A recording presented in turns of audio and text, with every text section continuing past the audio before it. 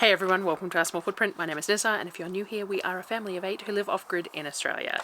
Back to my regularly scheduled videos of our meal prep, preserving and planning after our big supply run. So we do a supply run about every 9 weeks at the moment, 8 or 9 weeks depending on the timing. I've got to get in there before Christmas, so I think I've got a 9, an 8 and an 8 coming as the last 3 trips for before Christmas. And yes, I have to plan that far ahead. We're in July and I'm already planning the last 3 supply runs for Christmas time.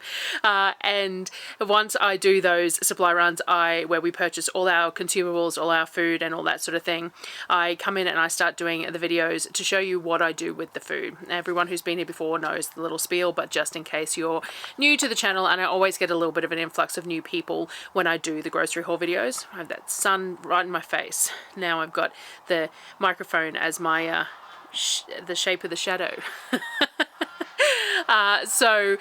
This is the beginning. This is the first one for this period. It takes me a little bit to get going after doing the supply run. So we've been back for almost 2 weeks, I think, and I'm only just starting to get the footage out rolling, and hopefully it's every couple of days from this point, but it always takes me a little bit longer at the beginning because there's so much to do. So this is part 1 of it's going to be what, July, August supply run, because I go again at the end of August. So part 1 of the meal prep, planning, preserving and that sort of thing for July, August. Enjoy. So part of doing the shopping in this sort of a way means that I have to be aware of what we have and what needs to be processed first. So there is various things that always have to be processed fairly quickly, things like raw chicken and stuff like that. But depending on what I get from the fruit and veg shop, there's that stuff as well. So this month I got a bunch of seconds boxes of a few different things, and one of those was tomatoes. Now these tomatoes were large, sort of misshapen sizes and had some scarring on the skin and stuff, which is why they were seconds. But there was 2 big boxes of them, so I needed to get through them fairly quickly to make sure that nothing went bad. So that was one of the first things that I did. They're not really good enough for salsa, which is the main thing that I turn fresh tomatoes into because of the scarring on the skin, and they weren't as firm as they could be and things like that. So what I decided to do is roast them.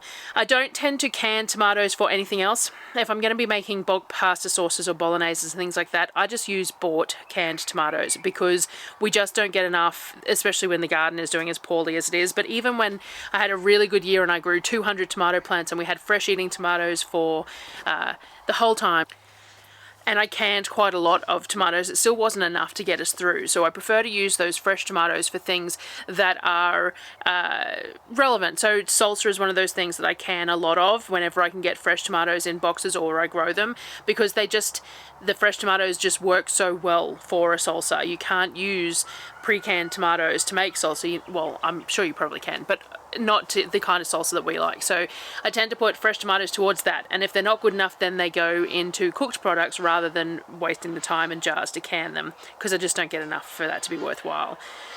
So I roasted these ones, and then I'll decide what to do with them. So I roughly chop the cores out of them and slice up an onion and some garlic cloves if I have them, to put into my cast iron roasting trays. Large chunks are good because we're going to slow roast them until we get some of that blackening and charring on the edges, because those bits of char and that add to the flavour. Slow roasting them as well means that some of the liquid evaporates and they get really lovely and sweet, especially the onion and the garlic. It really sweetens up, but the tomatoes as well. I spray them with a little bit of olive oil, sprinkle with a little bit of salt, and then cook them for a few hours until it gets that look that I'm after. I want to stuff as much as I can into the trays because they will shrink as they're cooking, so we're going to pile those trays up, sort of mound them up so that once they're shrunk down, they're still full trays. And with new oven, so the new oven, I'm testing out all sorts of things. And I found that I could fit 4 trays in there. Unfortunately, a third one won't fit on each shelf, which is a little bit sad. It's not quite wide enough to fit 3 on each shelf, but I can fit 2 on each shelf, which is fantastic. So I got 4 trays in there all at once to be roasting. Once I had got them in there and I was trying to figure out what I was doing with them and things like that, I decided I was going to turn them into tomato soup. So as a good way of testing out and working on the oven, I decided to make some of my French bread to have with the soup. I mixed up a batch in the KitchenAid and then put it aside to proof in the proofer box while the tomatoes finished cooking. I shared a recipe and stuff for this in a video. I'll try and remember to link it in the card here, but I'm pretty bad at doing that. And it was just a standard recipe that I have shared. I got myself some of these rigid metal baguette trays to try with the new oven and the lesser bottom heat. So I used to use the silicone ones before because I had to be aware of burning the bottom of everything in the barbecue because of the way the heat works in the barbecue. So I'd have to put the silicone ones on a rack over a tray to make sure that the bottom didn't burn before the top cooked. I bought these metal ones because I thought that in a standard oven that these would work better than having all those different moving parts that the silicone ones required. So I split my dough into 8 because I had the 8 baguette cavities to fill, and then shaped them into logs for each one. I sprinkled them with a bit of semolina, though I believe that these are non-stick. I actually put them on top of trays as well and put them aside to proof again before baking. I don't think I show them later. I'll put a couple of pics in, but it turns out I probably didn't need the trays under the baguette trays in the standard oven. Without that intense bottom heat that a barbecue gives, they seem to cook very evenly. So because the barbecue heats from underneath and then there's all these holes for heat to escape, to get the temperature high enough in the dome of the barbecue, you've got to have the burners pretty heavily burning. So because the new oven has the burners around the side and it's a sealed cavity and things like that, having the tray underneath, they ended up quite blonde underneath. They were quite soft, which is fine, they were cooked, but I think that I could probably put those baguette trays just directly on the oven trays and they would cook a little bit more evenly bottom and top. I'll have to, give that a go and see how it is. I'll be doing lots of testing out and experimenting with the new oven over the next however long. This is what the tomatoes look like after roasting. I could have taken them a little bit further and been okay with it, but I had the bread to bake and stuff as well, so I pulled them like this, which is fine. Once they'd cooled a bit, I started the process of turning them into soup. Now, I used my Thermomix to get them really nice and smooth because I didn't take the skins off or the seeds out because I don't do that with my stuff, generally speaking, and I find an immersion blender isn't quite enough to get it all smooth when it's got skins and seeds, though the immersion blender I'm using is just a $15 Kmart one. I really need to upgrade it, but I just haven't got around to it. I keep on looking at those Bar Mix brand ones and they look really nice, but I haven't got there yet, so I'm just using a $15 Kmart one, and it definitely doesn't do enough in this sort of a situation, but it makes mayo, and that's what I use my immersion blender for predominantly, so that's all that really matters, I guess. I did it in batches. I added a little stock into the batches and I actually ran it through a second time as well, mixing up the ratios. So I pureed it all the first run, put it in the containers, mixed the containers together, poured it in batches back through the Thermomix just to give it another whiz through once it was, once I'd mixed it together again, just to make sure that it was really nice and thick and creamy, because the problem with leaving skin on and seeds in on a tomato soup is that if you get those little whisker bits of skin and stuff in there, the texture is really unpleasant when you're eating it as a soup. It's fine in a lot of things, like in pizza sauces and even in bolognese and stuff, because it's just part of the other textures, but in soup you don't want texture. So I just wanted to make sure that it was really well pureed. I put it in a couple of the storage containers, and we'll use one for dinner, but the other one can be used for another meal later on in the month. So it will go into, once it's cold, it'll go into a vacuum seal bag and go into the freezer for use later on. When I heated it up, I added some coconut cream to get it nice and creamy. I added some Worcestershire sauce, a bit of salt and pepper, and then I also ended up adding in a couple of bags of the ravioli that I got given in the grocery haul that was the wrong size bags. So when I ordered Click and Collect groceries, I ordered a bunch of different raviolis, and they sent me these particular ones that were in the two-person serving size instead of the family size. I'm not sure why. They gave me a refund on it because it was the incorrect thing supplied, and some of them, they'd given me the family size in some varieties and then not in others. So anyway, but they're not enough for a meal. I could cook 4 of them up, I suppose, would probably be enough for a meal, but I thought that since we're doing soup and I've got bread and I didn't make anything else to go with it, I'd put a couple of bags, those small bags of ravioli in the soup and just cook them in the soup, which will also help the soup to thicken up because of the starch in the pasta and just give it a little bit something more. So then I just served it up as the ravioli in the soup and the bread, and it worked wonderfully. The next day I got working on the green veg that needed processing, so I trimmed the end of the broccoli and split the stalks and the heads in half and got the big veggie containers for the fridge filled up first. So I keep the whole of the broccoli. All I do is take off the very end bit that where it's come off the plant because it starts to go brown and gross. Sometimes I will take a little bit off the stalks if there's some parts where the stalk, you know, where the branches have been broken off and it's gone a little bit woody on the sides and things like that.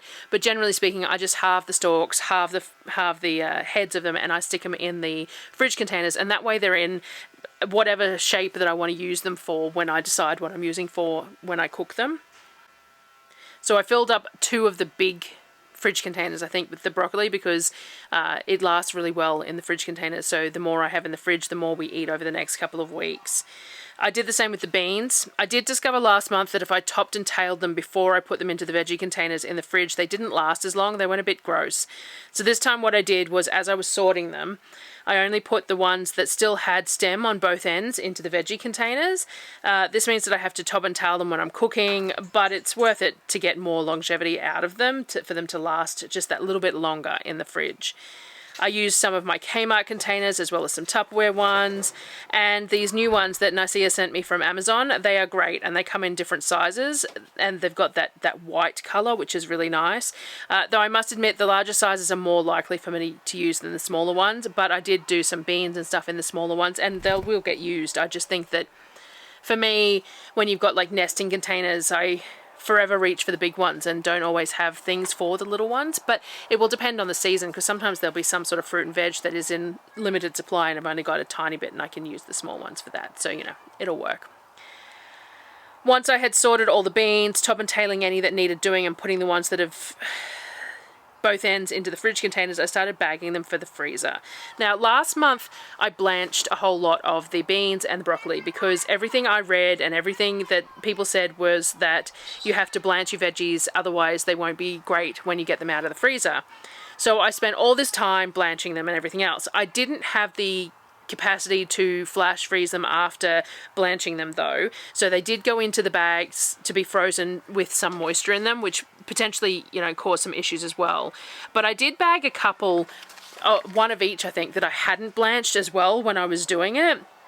And the ones that I had blanched, everything I cooked them in, no matter how I cooked them, in a fry pan, steamed, in a soup, anything like that, they were soggy and it was really unpleasant, and we found them just way overcooked. But then when I tried the ones that I hadn't blanched, they were crunchy. They were perfect. They tasted almost like I had pulled them straight out of the fridge and used them in what I was cooking with. Now, I'm not storing any of these veggies long term. They're only stored for the supply run period. So they're only stored for 8 or 9 weeks, and we eat them all within that 8 or 9 week period. So it's not like I need the blanching for them to last forever in the freezer either. So this month I didn't blanch anything. All I did was I washed it, and with the broccoli I washed it the day before and let it dry off before I started using it. So I washed it all and then I just cut it all up and I bagged it up for the freezer. Now the vacuum bags that I got for the chamber vacuum sealer, I bought some. So I have vacuum bags that I use in a standard sucking vacuum sealer, the Kirkland brands ones, and they have texture on one side and they're smooth on the other side.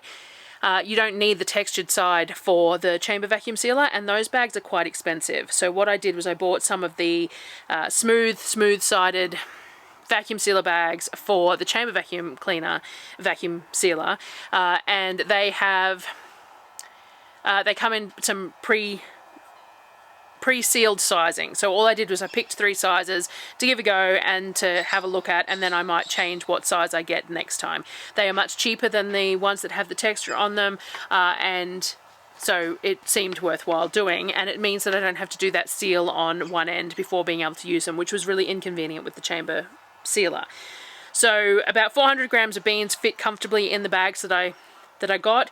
Perhaps I could go a little bit larger than what I did, so that I could fit 500-600 grams in these, but 400 grams is probably fine because we never have just beans as the veggies. Because like if I'm pulling veggies out of the freezer, I'm going to pull a bag of beans and a bag of broccoli out or something, so it's really not that big a deal. I got 6 bags done for the freezer, plus the containers full for the fridge and some left for dinner tonight as well. And then I moved on to the broccoli again. Again, I'm not blanching it. It was washed and dried, and I'm cutting long florets so that there's some stem with each sort of floret bit so that it'll have consistent cooking time. I matchsticked the stems, so again, I just took the bottoms of the stems and took any woody bits off the side, and then I just cut them into matchsticks. We love the flavour of the stems from broccoli, and they give some really great texture in certain dishes, stir fries, curries, things like that. And then put them, ended up being about 500 grams of those that fit into each bag. Those stems are pretty heavy, so I did a mix of the stems and the florets into the bags and got about 500 grams per bag, all sorted for the freezer, and a couple of heads put aside for dinner. This was actually a seconds box of broccoli, so it wasn't sealed when I got it, and so some of the heads had started going quite yellow, and I used them first, but so long as there was no mold and they were nice and clean, I froze some of them as well. I know that you're supposed to freeze only the best of the best, but we'll eat them regardless. For dinner, we're having green chicken curry. I love to make this when I have lots of crunchy, fresh green veg. Broccoli and beans and zucchini and all those sorts of things. That's what I really love in these sorts of dishes. So when I have them, I tend to make these. And I might end up making this sort of a dish numerous times at the beginning of the month because I have those fresh veggies. Though we did make it with some of the frozen stuff last month and it worked out perfectly well. So that gives me the option to make that at other times. I grabbed a tray of chicken breasts out and filleted and diced up half the tray, so about 1.2 kilos of meat. The other half of the tray will be frozen or whatever as well. I'm sure I show that at some point. Then I'm using the Maisery curry paste from, I bought it from, I think it's from Woolworths, the Maisery one. The Maisery one is very, very flavourful. The only issue is that it comes in a little tin, so I can't reuse it, whereas some of the others come in jars and then I reuse the jars, but I got a lot of jars at the moment. And you have to use a can opener. It doesn't have a ring pull, which is fine. We have a can opener. I just don't use it that often, so I have to find it when I have this. I added the curry paste into the pan with some oil, cooked it off. Pretty much I follow the instructions on the tin, just with my own little bit of a flair. So it goes into the pan with some oil, cook off the curry paste, add some coconut cream, cook that off with the curry paste till the fat rises to the surface and the coconut cream thickens a little bit. Then I add in the chicken and a bit more coconut cream. Then I add the veggies. I add some soy sauce, some fish sauce, and some lemon or lime juice and a sprinkle of raw sugar. And then I just cook it until it's the right texture. I think I added a little bit more coconut cream and a little bit of stock in this one. I really like my curries to have plenty of sauce. I really want my bowls to be very saucy, so I use more than is always said. But also I use a whole tin of that curry paste, and the kids aren't huge on heat, so sometimes I have to tone it down. If I taste it at the end and it's still a little warm, then I can add some coconut milk powder in there as well, which will help to just dull that heat down a little bit more for them. But they're all pretty good. And most of the time, even if they're complaining, they're still eating it. So even Darryl sometimes goes, "Oh, this is a little warm," with tears running down his face, and he's still eating it, so it's fine. I'd also cooked up a pot of coconut rice, so I do rice in the absorption method on the stove, and I add some coconut milk powder to the water when I'm cooking the rice. So it ends up being just an absorption method with coconut powder in the water, and I use a little more liquid than I would for standard steamed rice because I like the rice to be wet as well with the curry. Once it's all cooked, I then actually put a whole tin of coconut cream in it and I stir that through, and that way you get a really lovely wet rice with all that coconut flavour that complements the curry. It also can help reduce the heat a little if need be as well. Sometimes I put a little sprinkle of sugar over that rice as well. Again, that little bit of sweetness with the creamy coconut cream, it can help with the heat of the curry if it is a little bit spicy. And I do find too that even when you're buying pre-bought curry pastes, they can be different levels of heat batch to batch, which makes sense because all ingredients change. Like, they might be using the same weight of chilies, but it depends on what time of the year, because chilies that are grown in the heat of summer are hotter than chilies that are grown when it's cooler. So, it just depends on the batch of chilies and stuff as well, because they'll be using the same weight, but they're not going to go through tasting it all, are they? So anyway, as I said, I really love the curry really runny, really wet, so I like the rice to be moist, as well as lots of sauce over the top. That's how I prepare it, because that's how I like it, and that's how I serve it. So that was the first lot of food for this supply run period, grocery period, July. So slowly working through things initially, having to assess what needs to be cooked first and that sort of thing. So I always do the veggies that are seconds and stuff first, and then it has to be chicken and things like that. The pork roasts are generally really long dated and they're vacuum sealed, so they sit in the bottom of the fridge where it's the coldest, along with the beef and that sort of thing, that sits in the bottom as well. So because I changed the way that I'm buying things lately, things like I buy some of those boneless chickens, and I got like 8 of them half price this month, and they could go straight in the freezer as soon as I got home, which saves me the preparation of them initially. The ravioli as well, because I've been buying that ravioli, it can just go straight in the freezer. And I don't have to do anything with it, and it's set there for meals. But we generally don't eat too much of that at the beginning of the month because it's already in the freezer. So we're going to eat the stuff that we've got to do the prep work on first because we're already prepping it. So like chicken and things like that, if I'm pulling chicken out to prep it to go in the freezer or for a dish or whatever, then I may as well eat that as well while I'm doing that work rather than double handling it. So you'll find that quite often I'll cook something up to eat and then I'll process the rest of the meat in the packet at the same time, and that'll go in the freezer for later on. That's just what I find works the best. So thank you for joining me again today, and this was part 1 of July's food prep, planning, preserving, all that sort of stuff, and I'll see you on the next video. Oh, we do have a hamper coming tomorrow, so that's probably going to be the next video. Thanks, guys.